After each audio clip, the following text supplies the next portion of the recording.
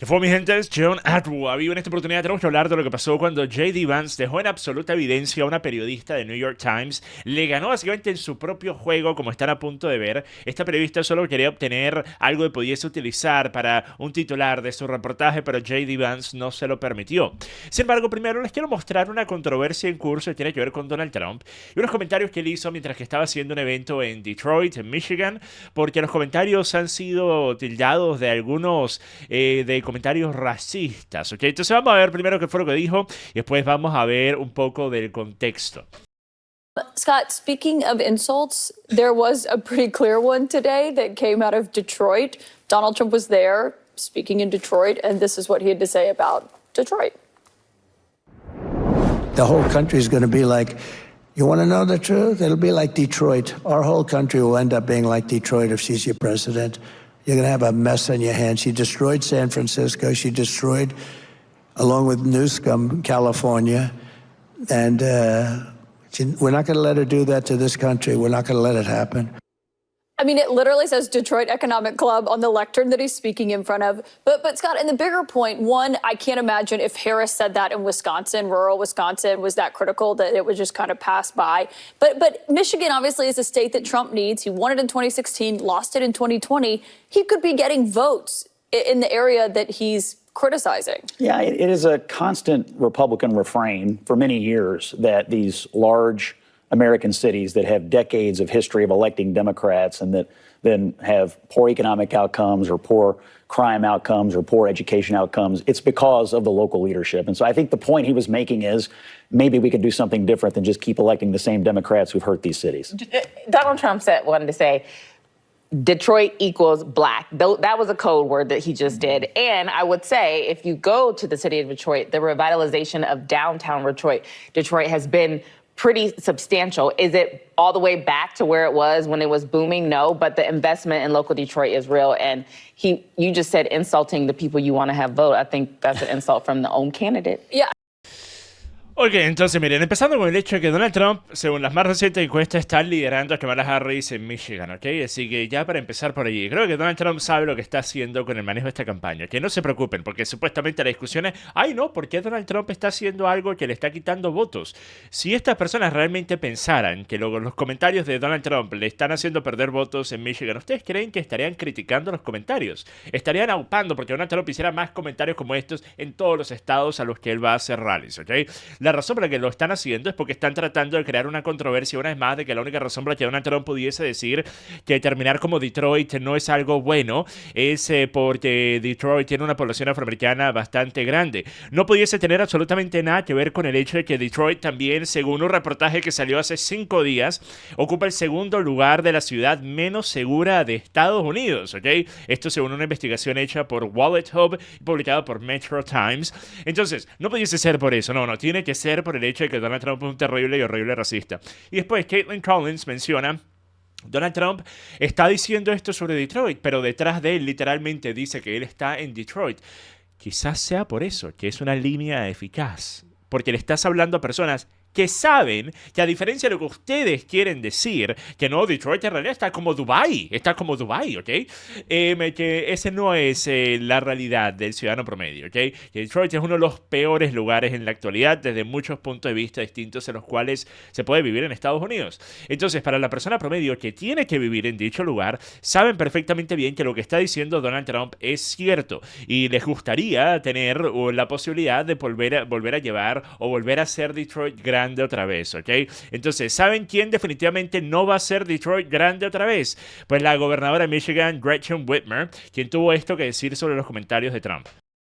Out of touch. Detroit's population is growing for the first time in decades. We hosted the biggest, best NFL draft the country's ever seen.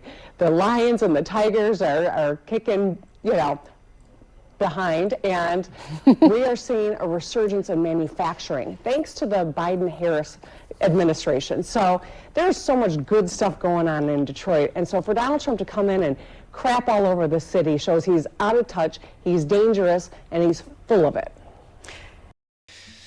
Entonces, es Gretchen Whitmer, gobernadora de Michigan, diciendo que esto es toda una mentira, ¿verdad? Porque miren el draft que tuvimos de la NFL, obviamente, como los ciudadanos de Michigan, ellos ganan en drafts de la NFL, ¿ok? Ellos no ganan en dólares. Eso es como el argumento de los chavistas en Venezuela, en la etapa en la que se estaba restringiendo el cambio y el cambio en en el mercado paralelo era muchísimo más alto del supuesto cambio oficial de bolívar a dólar. Y pues los chavistas decían, eso no me afecta a mí porque yo no gano en dólares, oye. Aun cuando básicamente todos los productos estaban siendo importados de afuera de Venezuela porque Venezuela dejó de producir, porque el régimen chavista destruyó la economía del país. Pero resulta que Gretchen Whitmer está involucrada en su propia controversia porque por alguna inexplicable razón pensó que esto sería una buena idea para un video de TikTok. Observen.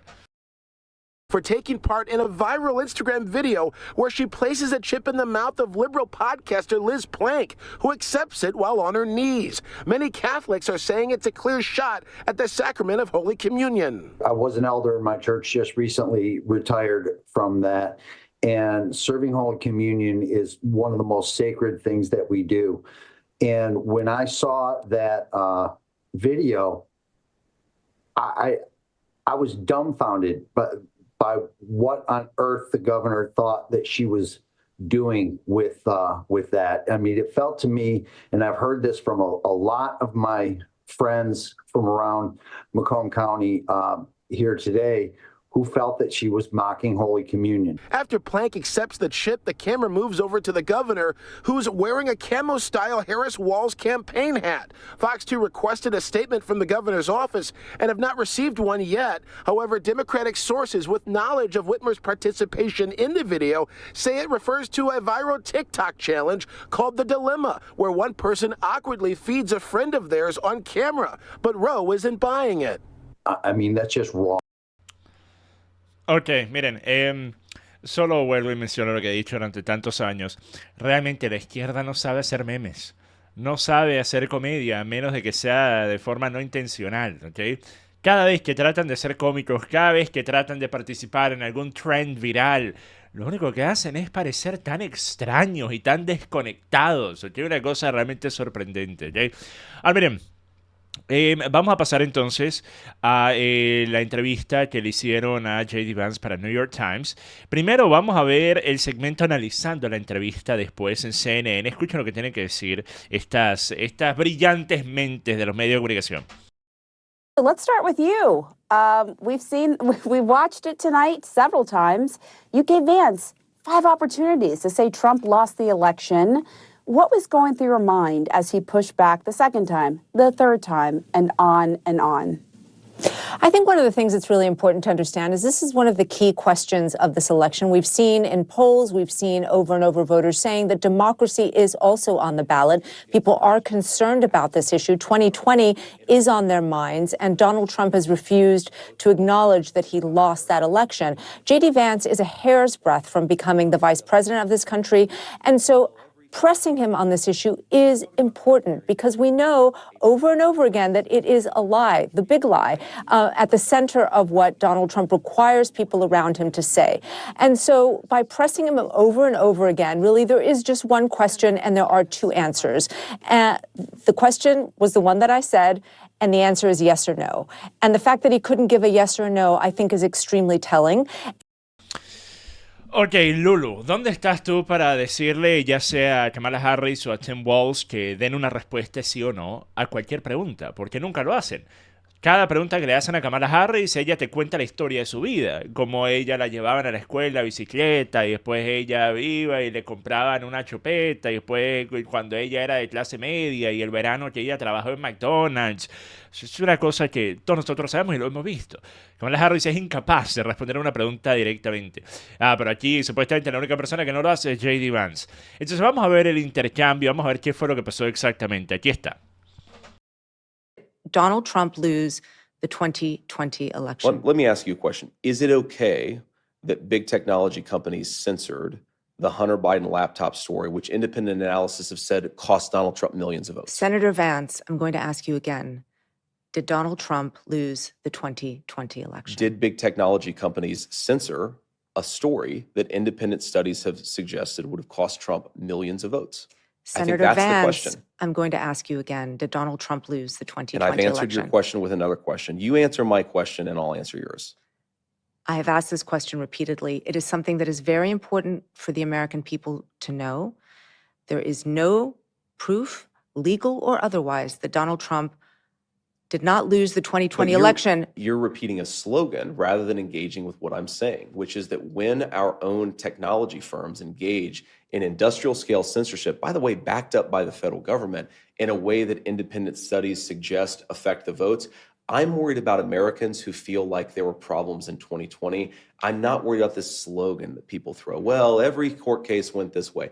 I'm talking about something very discrete, a problem of censorship in this country that I do think affected things in 2020, and more importantly, that led to Kamala Harris's governance, which has screwed this country up in a big way. Senator, would you have certified the election in 2020? Yes or no? I've said that I would have voted against certification because of the concern that I just raised. I think that when you have technology companies— The answer is no. When you have technology companies censoring Americans at a mass scale in a way that, again, independent studies have suggested affect the vote, I think that it's right to protest against that, to criticize that, and that's a totally reasonable thing. So the answer is no. And the last question, will you support the election results this time and commit to a peaceful transfer of power? Well, first of all, of course, we commit to a peaceful transfer of power. We are going to have a peaceful transfer of power.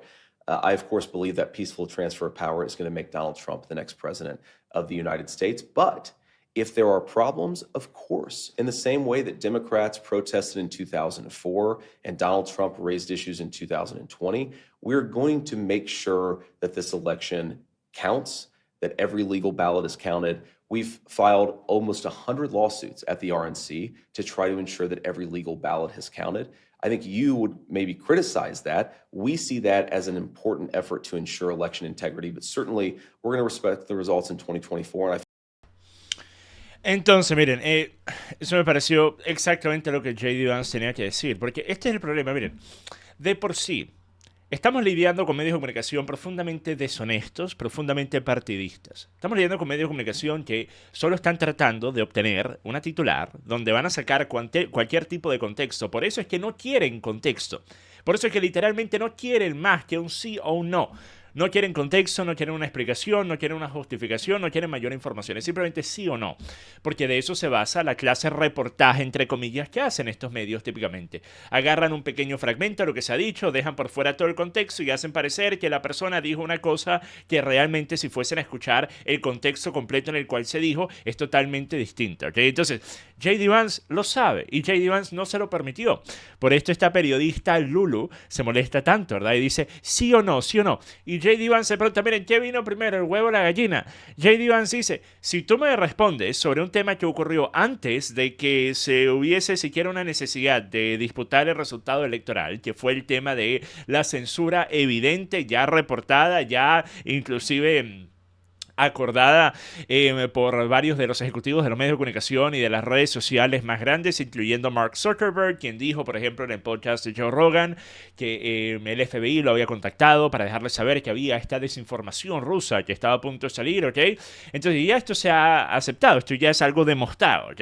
Entonces si te preguntan, ¿qué piensas sobre ello? ¿Piensas que eso estuvo mal? ¿Piensas que eso pudo haber influenciado el resultado? Si la persona no quiere responder, entonces ¿por qué tú habrías de tener que responder algo que ocurrió después? Y que principalmente la razón por la que se lleva a cabo siquiera esa disputa después está justamente atado a la cosa que tú estás preguntando, que en este caso la periodista Lulu no estaba dispuesta a responder. Y aquí van a haber escenarios donde personas van a decir... Y esto me lo han dicho a mí también. Cuando me están haciendo una entrevista, por ejemplo, yo le voy a hacer una pregunta, el periodista me está haciendo la entrevista y le digo, ok, pero entonces dime tú una cosa sobre este escenario que piensa. No, yo estoy haciendo las preguntas aquí. No, pero así no funciona, porque si tú tienes una postura, obviamente, como lo tiene esta mujer, Lulu, de estar en contra de Donald Trump y de pensar que Kamala Harris es la mejor opción, por lo menos eso es lo que pudiese asumir cualquier persona escuchándola hablar en CNN después, ¿ok? Entonces, cuando tú eres básicamente un activista y no solo periodista, yo creo que también tienes que entonces tú responder preguntas, porque no eres una persona que simplemente está haciendo una recopilación de información para después presentarlo en un medio de comunicación particular. Tú estás recopilando información para después crear algo que vaya acorde a la narrativa que tú quieres impulsar, que es una narrativa de que J.D. Vance y Donald Trump son terribles y peligros y amenazas para la democracia y que Kamala Harris es la mejor opción, ¿ok? Así que totalmente lo correcto hizo J.D. Vance en este escenario, por mucho que puedan llorar y patalear los medios de comunicación al respecto, ¿ok? Miren, con eso va a terminar este video. Hasta la próxima, mi gente. Paz.